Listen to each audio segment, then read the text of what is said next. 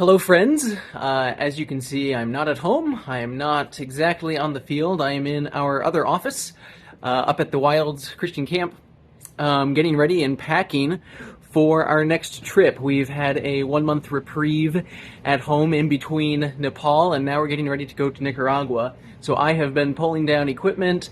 We've got the big balls up here, 4-footers, 3-footers, lots of rope and playground equipment and cones and all different kinds of balls. And so we're getting that ready to go to Nicaragua. This will be a second visit to Nicaragua, and so we're very excited about working with the group that we have there because it's based out of a Bible college, and so that creates some really great built-in opportunities to work with young adults who love the Lord, are desiring to go into a life oriented around ministry. Some of those young men will be pastors, and some of the young ladies will be very involved in their churches as well. And so it's just really exciting to work with a group like that. So one of the challenges with this group is that the property is fairly restricted.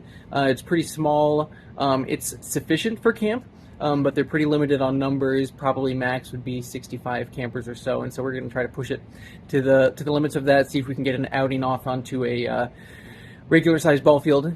So be in prayer that the camp would go smoothly for the small property. Pray that the Lord would really encourage the counselors there as they're putting into practice some of the things that they're learning in their classrooms. We're super excited about the leadership we're working with. Our main contact there, Angelo, has a great personality and heart for camp. He is a clear teacher. He really engages with the counselors well. They love him, but they also respect him. So really great situation there in that way. Another challenge with this trip is the political situation. Nicaragua as a government is not friendly towards the activity that we're doing, so we will not be too open during the border crossing about exactly why we're there. We'll just play like the dumb Americans and say that we're visiting friends, which is all true.